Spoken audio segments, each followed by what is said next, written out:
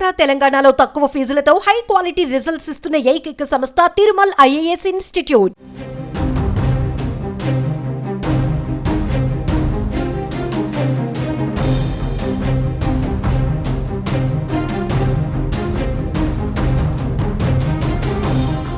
యాదాద్రి భువనగిరి జిల్లాలో విషాదం చోటు చేసుకుంది. పెద్దకందుకూరులోని ప్రీమియర్ ఎక్స్ప్లోజివ్ పరిశ్రమలో పేలుడు సంభవించింది.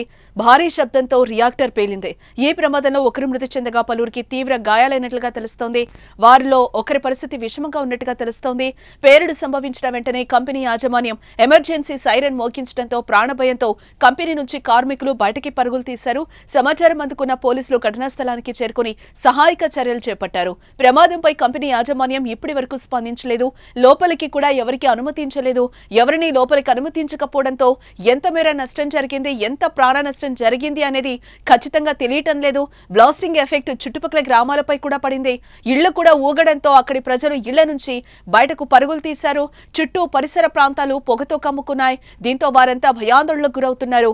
ప్రమాదానికి కారణం ఏంటి వంటి పూర్తి వివరాలు ఇంకా తెలియాల్సి ఉంది.